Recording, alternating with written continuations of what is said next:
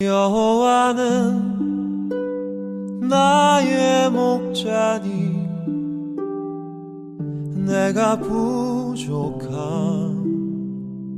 없으리로다. 할렐루야, 반갑습니다. 오늘도 변함없이 매일 예배에 나오신 모든 분들을 환영하고 축복합니다.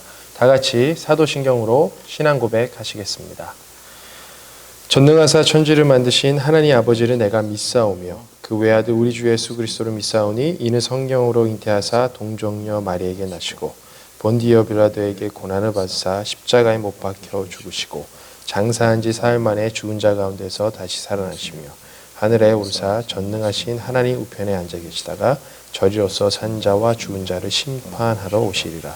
성령을 믿사오며 거룩한 공예와 성도가 서로 교통하는 것과 죄를 사하여 주시는 것과 몸이 다시 사는 것과 영원히 사는 것을 믿사옵나이다. 아멘. 다 같이 새 찬송가 93장, 통합 찬송가 93장, 예수는 나의 힘이요 찬양하시겠습니다.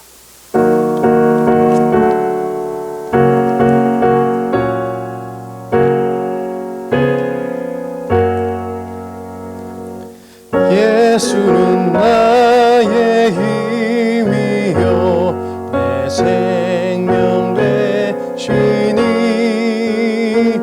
구주 예수 따라가면 죄중에 빠지리. 눈물이 앞을 가리고 내 맘에 근심 쌓일 때 위로하고 힘 주시니 주 예수. 예수는 나의 힘이요 내 친구 되시니 그네를 당구하면 풍성히 받으리. 햇빛과 비를 겨우시니 주수할 곡식만 도다. 귀한 열매 주시는 이 주 예수. 예수는 나의 힘이요 내 기쁨 되시니 그 명령을 주행하여 늘 충성하겠네. 주야로 보호하시며 바른 길 가게 하시니 의지하고 따라가니 주 예수. 예수는 나의 힘이요 내 소망 되시니 이 세상을 떠나갈 때 온 영생 얻으리. 한없는 복을 주시고 영원한 기쁨 주시니 나의 생명 나의 기쁨 주 예수.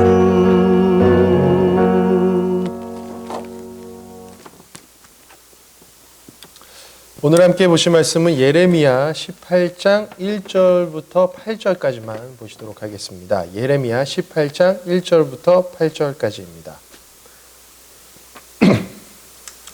여호와께로부터 예레미야에게 임한 말씀에 이르시되 너는 일어나 토기장의 집으로 내려가라.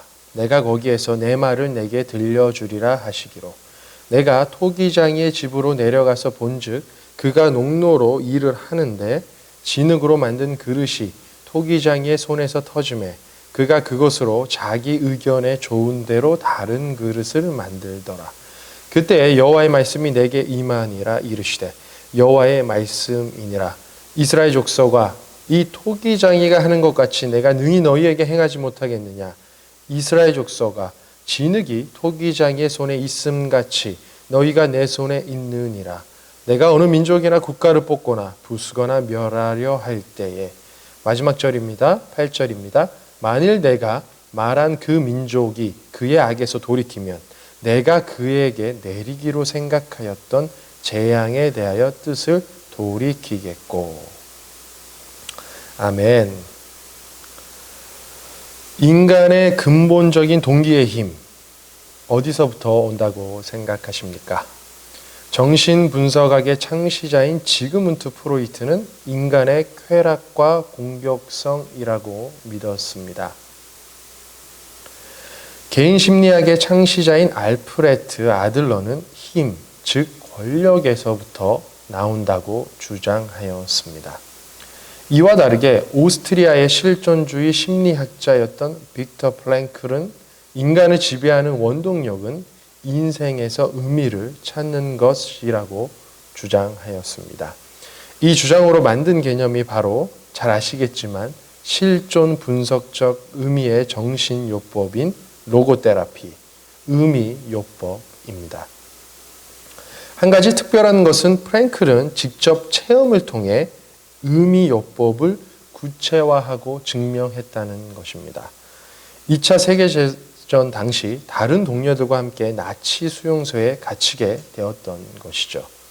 절망적인 죽음의 기로에 선 사람들의 모습을 보면서 그는 생각합니다.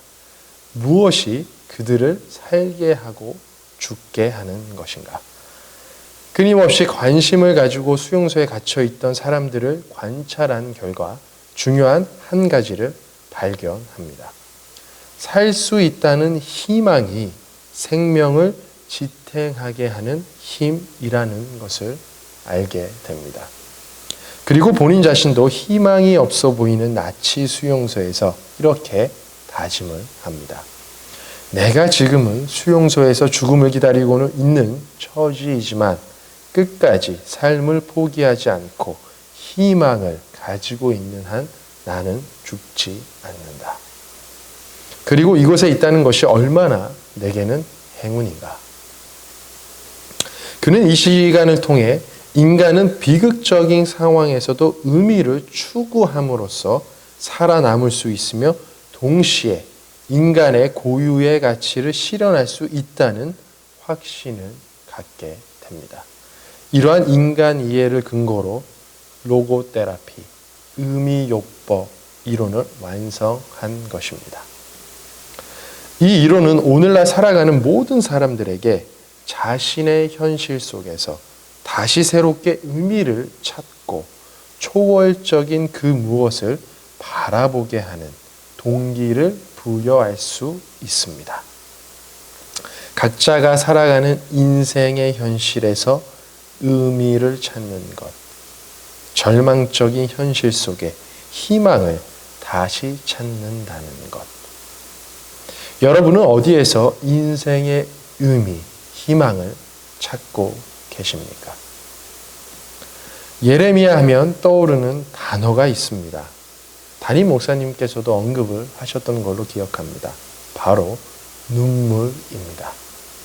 수많은 선지자 중에서 예레미야처럼 눈물을 많이 흘린 선지자가 또 있을까요? 그가 흘린 눈물, 어떠한 눈물입니까? 저는 두 가지를 봅니다. 타락한 이스라엘 민족의 발자취를 보니 도무지 희망이 보이지 않습니다. 가슴 저미는 안타까운 눈물입니다. 하지만 그럼에도 불구하고 예레미야는 그들을 위해 기도하며 하나님께 다시 긍휼과 은혜를 구합니다. 절망적인 현실 속에 흘리는 희망의 눈물입니다. 이러한 눈물로 기도하는 예레미야에게 하나님께서 특별한 시청각 교육을 하십니다. 2절입니다. 제가 다시 한번 읽겠습니다. 너는 일어나 토기장이의 집으로 내려가라. 내가 거기에서 내 말을 내게 들려주리라 하시기로. 토기장이 잘 아시다시피 질그릇을 만드는 사람입니다. 당연히 예레미야도 사역 당시 자주 보았을 것이고 토기장이가 무슨 일을 하는지 알고 있었을 것입니다. 그런데 하나님께서 특별히 가라고 명령하십니다. 그리고 토기장이의 일을 보여주시면서 특별한 레슨을 준비하십니다. 예레미야가 본 것 무엇이었습니까? 4절 상반절만 제가 다시 읽도록 하겠습니다. 진흙으로 만든 그릇이 토기장이의 손에서 터지매. 영어로 보시면 진흙이 spoiled 되었다고 나옵니다. 첫 번째로 본 것 바로 망가진 진흙입니다. 토기장이 입장에서 진흙이 잘 빚어지지 않고 상태가 망가졌다면 진흙으로서의 가치를 잃은 것입니다. 그렇지 않습니까? 저희가 무언가를 만들고자 할 때 사용하고 있는 재료가 저희 뜻대로 만들어지지 않고 망가져 버렸다면 1차적으로 그 재료는 그 가치로서의 목적을 상실한 것입니다. 그리고 바로 버려질 것입니다. 하나님께서 지금 예레미야에게 보여주고 있는 것이죠. 망가져 버린 진흙. 바로 타락한 이스라엘 민족의 상태라고 보여주십니다. 아무 쓸모없는, 그냥 버려질 수밖에 없는, 희망 없는 절망적인 상황인 것입니다. 이와 동시에 하나님께서는 예레미야에게 토기장이가 다시 자기 의견에 좋은 대로 망가진 진흙을 가지고 다른 그릇을 만드는 모습 또한 보여주십니다. 그리고 그 결과물이 최고였다는 것입니다. 4절 후반절입니다. 그가 그것으로 자기 의견에 좋은 대로 다른 그릇을 만들더라. Shaping it as seemed best to him. 오래전 미디어를 통해 도공의 일상을 취재한 다큐멘터리를 본 적이 있습니다. 도공은 먼저 도자기를 만들기 위해 사용할 흙을 다집니다. 그런 다음 잘 다진 그 흙을 가지고 심혈을 기울여 도자기를 만듭니다. 그리고 중요한 일이 하나 남아있지요. 바로 가마에 넣고 오랜 시간 도자기를 굽습니다. 그리고 구운 도자기에 유약을 입히고 필요한 추가 작업을 합니다. 도자기 만드는 과정이 쉽지 않아 보였습니다. 그런데 다 만든 도자기를 살피던 도공의 행동이 눈에 들어왔습니다. 바로 흠이 있거나 마음에 들지 않는 도자기는 바로 그 자리에서 망치로 깨어버리는 것이었습니다. 사실 아이러니하게 비전문가인 제가 봤을 때 모든 도자기는 다 완벽해 보였습니다. 하지만 도공의 눈에는 달라 보였던 것이었습니다. 자, 이 시점에서 취재진이 질문을 합니다. 너무 아깝지 않습니까? 괜찮아 보이는 것은 그냥 사용하든지 아니면 싼 값에 팔면 되지 않겠습니까? 도공은 단호하게 말합니다. 아닙니다. 그럴 수 없습니다. 이것은 도공의 명예입니다. 도공의 대답은 그냥 하는 말이 아니었습니다. 자기 기준에 마음에 들지 않는 도자기를 아낌없이 깨는 도공의 모습이 이 말을 증명하고 있었습니다. 그래, 저것이 바로 장인의 모습이구나. 장인의 모습 속에 저는 두 가지를 보게 됩니다. 하나는 도자기를 선별하여 깨는 도공의 모습에 주인, 즉 만든 사람의 강력한 절대적인 힘을 보게 됩니다. 또 다른 하나는 도자기 그 자체는 아름다운 도자기이지만 자신을 만든 도공에 의해 선택되어질 수도 아니면 버려질 수도 있는 아무런 힘이 없는 도자기의 모습 또한 보았습니다. 오늘 본문 말씀에 쓰인 토기장이 모체가 되는 단어는 야차르라는 단어입니다. 이 단어는 창세기 2장 7절에서 하나님이 사람을 흙으로 지으셨다고 할 때 쓰인 동사 짓다를 의미하는 단어입니다. 같은 동사 이사야서에서도 볼 수 있습니다. 이사야서 64장 8절입니다. 그러나 여호와여 이제 주는 우리의 아버지시니이다. 우리는 진흙이요 주는 토기장이시니 우리는 다 주의 손으로 지으신 것이니이다. 하나님께서 예레미야 선지자에게 토기장의 집으로 가라고 하신 이유, 진흙이 쓰임새에 따라 만들어질 권리가 토기장이에게 있다는 사실을 보여주시고 타락한 이스라엘 민족, 즉 유다 백성의 미래가 창조주 하나님의 손에 달려 있음을 알게 하신 것이었습니다. 이 점은 6절에서 분명하게 볼 수 있습니다. 여호와의 말씀이니라 이스라엘 족속아 이 토기장이가 하는 것 같이 내가 능히 너희에게 행하지 못하겠느냐. 이스라엘 족속아 진흙이 토기장이의 손에 있음 같이 너희가 내 손에 있느니라. 사랑하는 성도 여러분, 하나님은 저희의 창조주이십니다. 그분의 뜻과 계획대로 저희를 창조하셨고 그 각자의 목적대로 하나님의 영광을 위해 저희가 지금 이 땅에 살고 있습니다. 그리고 그분은 여전히 토기장이로서 저희의 망가진 부분을 고쳐주시고 새롭게 빚어주십니다. 마음에 들지 않는다고 해서 망가졌다고 해서 그냥 무작정 깨트려버리는 것이 아닙니다.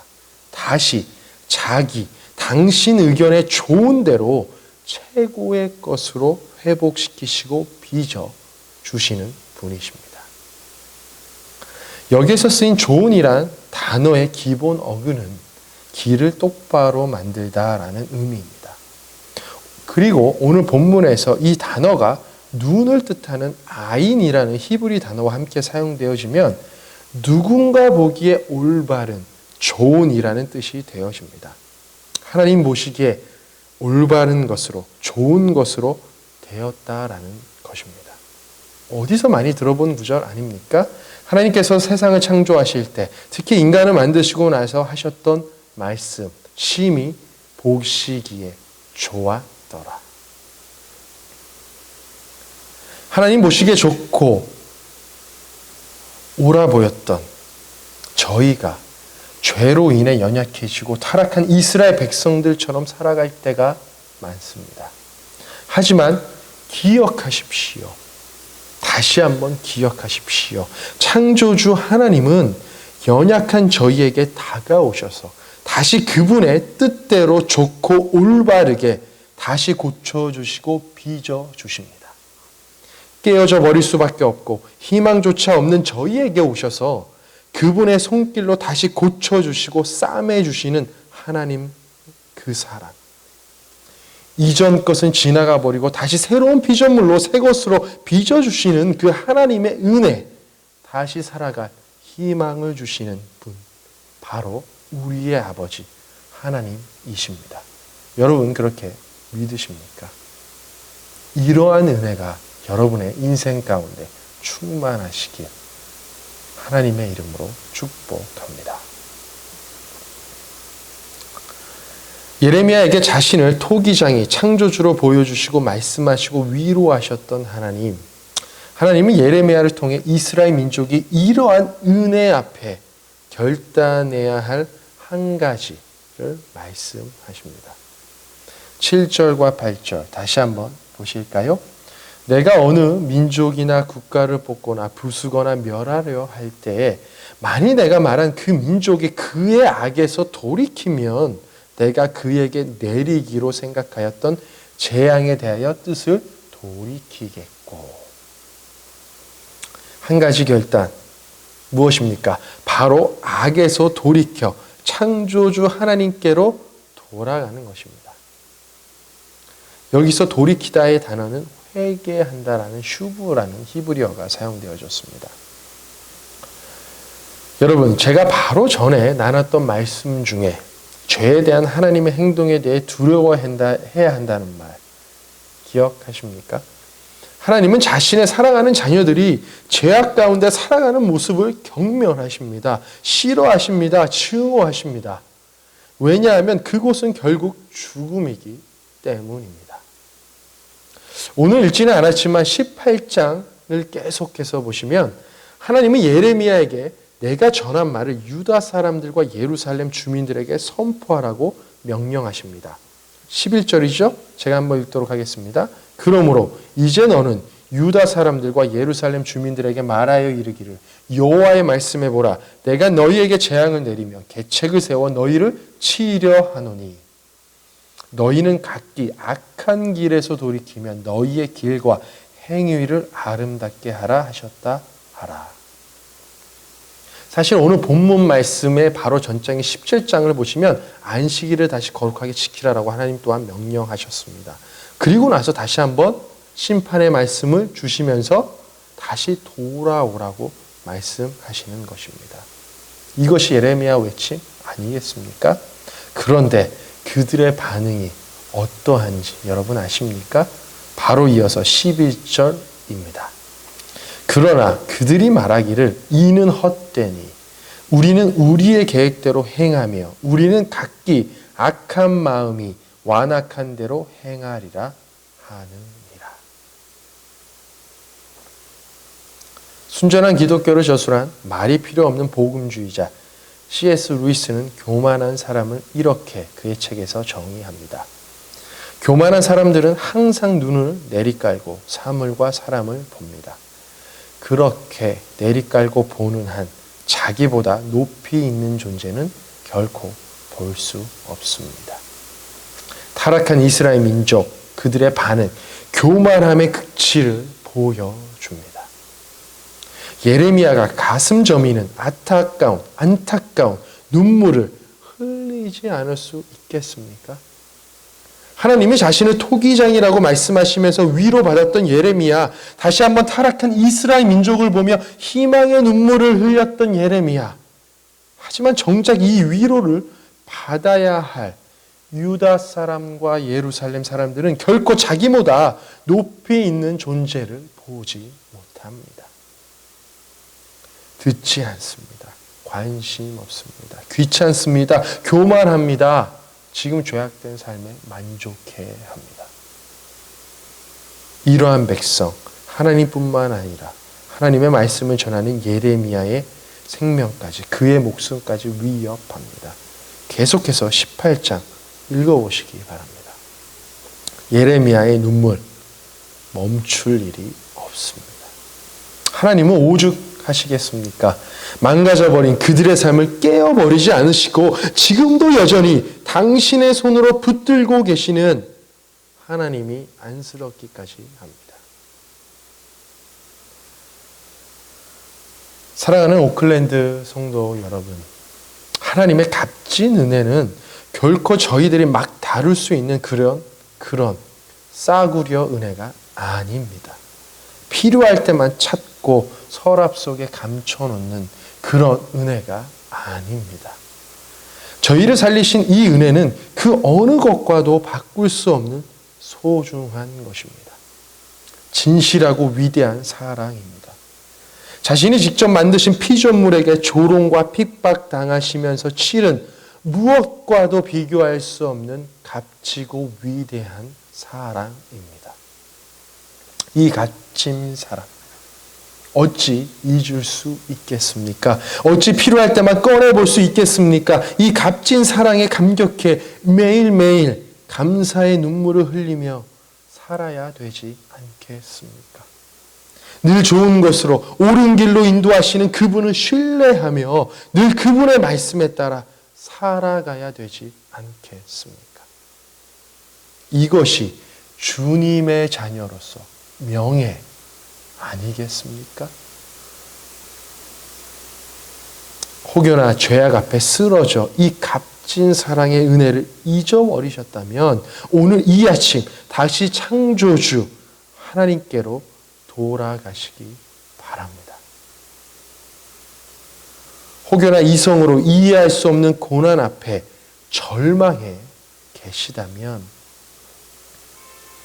앞으로 어떻게 나아가야 할지 희망이 보이지 않으신다면 쉽진 않으시겠지만 그 아픈 마음 들고 저희 아픈 것보다 더 큰 아픔으로 저희를 살리신 그 하나님의 은혜를 다시 한번 바라보시기 바랍니다.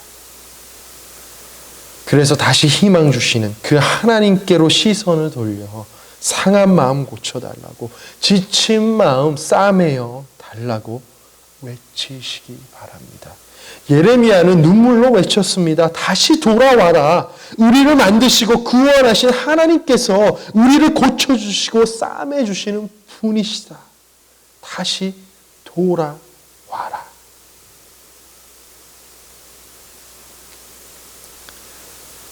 저는 오늘 설교의 첫 부분을 로고테라피, 의미요법의 이론을 완성한 빅터 프랭클의 이야기를 나누었습니다. 그가 나치 독일 수용소에 갇혀 있었을 때 그는 감옥 안에 있는 동료들이 삶을 포기하고 죽어가는 광경을 지켜보면서 이렇게 말했다고 합니다. 친구 여러분, 저 조그마한 창이 보이지 않습니까? 그의 말에 한 동료가 신경질적으로 대답합니다. 무슨 소리를 하는 것이요? 창이요? 시커먼 회색 담벼락밖에 없지 않소. 빅터 프랭클은 이렇게 말을 합니다. 아니, 그 회색 담벼락 저 건너편에 있는 맑고 푸른 하늘을 바라보십시오. 밤에도 빛나는 찬란한 별들을 바라보십시오. 시커먼 회색 담벼락 같은 인생 뒤에 영광스러운 창조주 하나님을 바라보시는 축복된 삶 되시기 바랍니다. 아무도 없는 광야 한가운데 늘 저희를 위로하시는 예수님을 바라보시는 축복된 삶 되시길 기도합니다. 연약한 저희를 강건케 하시는 성령 하나님을 의지하시는 은혜의 삶 되시길 기도합니다. 오직 하나님만이 저희의 인생의 희망이십니다. 그리고 그분이 저희 인생의 이유이십니다. 예레미야의 외침, 그 하나님의 외침, 오늘 이 아침 마음에 새기시면서 다시 한번 그분의 은혜를 사모하며 바라보시는 귀한 축복의 날 되시길 기도합니다. 다 같이 기도하시겠습니다. 창조주 하나님, 당신의 뜻대로 저희를 만드시고 이 땅에 보내주신 그 은혜에 감사드립니다. 보잘것없는 피조물을 당신의 창조의 능력으로 거룩하게 하셔서 당신의 자녀로 살아가게 하심을 감사드립니다. 하나님, 저희는 연약합니다. 죄악으로 인해 넘어지고 당신의 사랑을 잊어버리고 의지하지 않을 때가 많이 있습니다. 깨어지고 다치고 망가진 저희의 삶을 다시 회복시키시고 고쳐주시는 당신의 사랑을 오늘 이 아침 다시 한번 바라봅니다. 깨끗하게 고쳐주시고 회복시켜 주시옵소서. 그래서 하나님 보시기에 거룩한 삶으로 살아갈 수 있도록 인도하여 주시옵소서. 하나님, 죄악의 유혹 앞에 지지 않겠습니다. 다시 한번 결단하겠습니다. 하지만 혹여나 쓰러져 있다면 다시 일어설 수 있는 힘을 주시고 다시 돌아와라라는 그 음성을 듣고 마음과 뜻을 돌이켜 하나님께로 돌아갈 수 있도록 힘 주시고 인도하여 주시옵소서. 당신의 그 값진 사랑에 늘 붙잡혀 매일매일 감사하며 기뻐하며 찬양하며 살아가게 하여 주시옵소서. 오늘 이 아침 예레미야의 눈물의 외침 마음에 새기며 붙잡고 나아갈 수 있도록 인도하여 주시옵소서.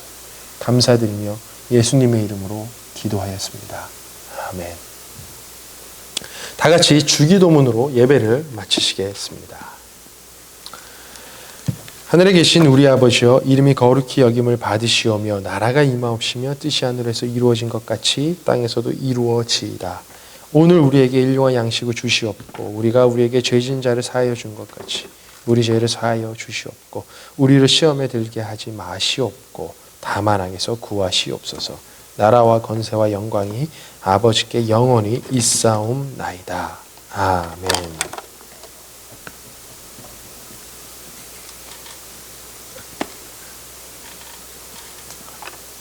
오늘도 변함없이 예배 참석해 주신 모든 분들 다시 한번 감사드립니다. 며칠간 더위로 고생하셨을 텐데요. 늘 계신 곳에서 평안하시고 건강하시길 소망하며 기도하겠습니다. 그리고 반갑게 다시 만날 날을 기대하겠습니다. 감사합니다. 여호와는 나의 목자니 내가 부족함 없으리로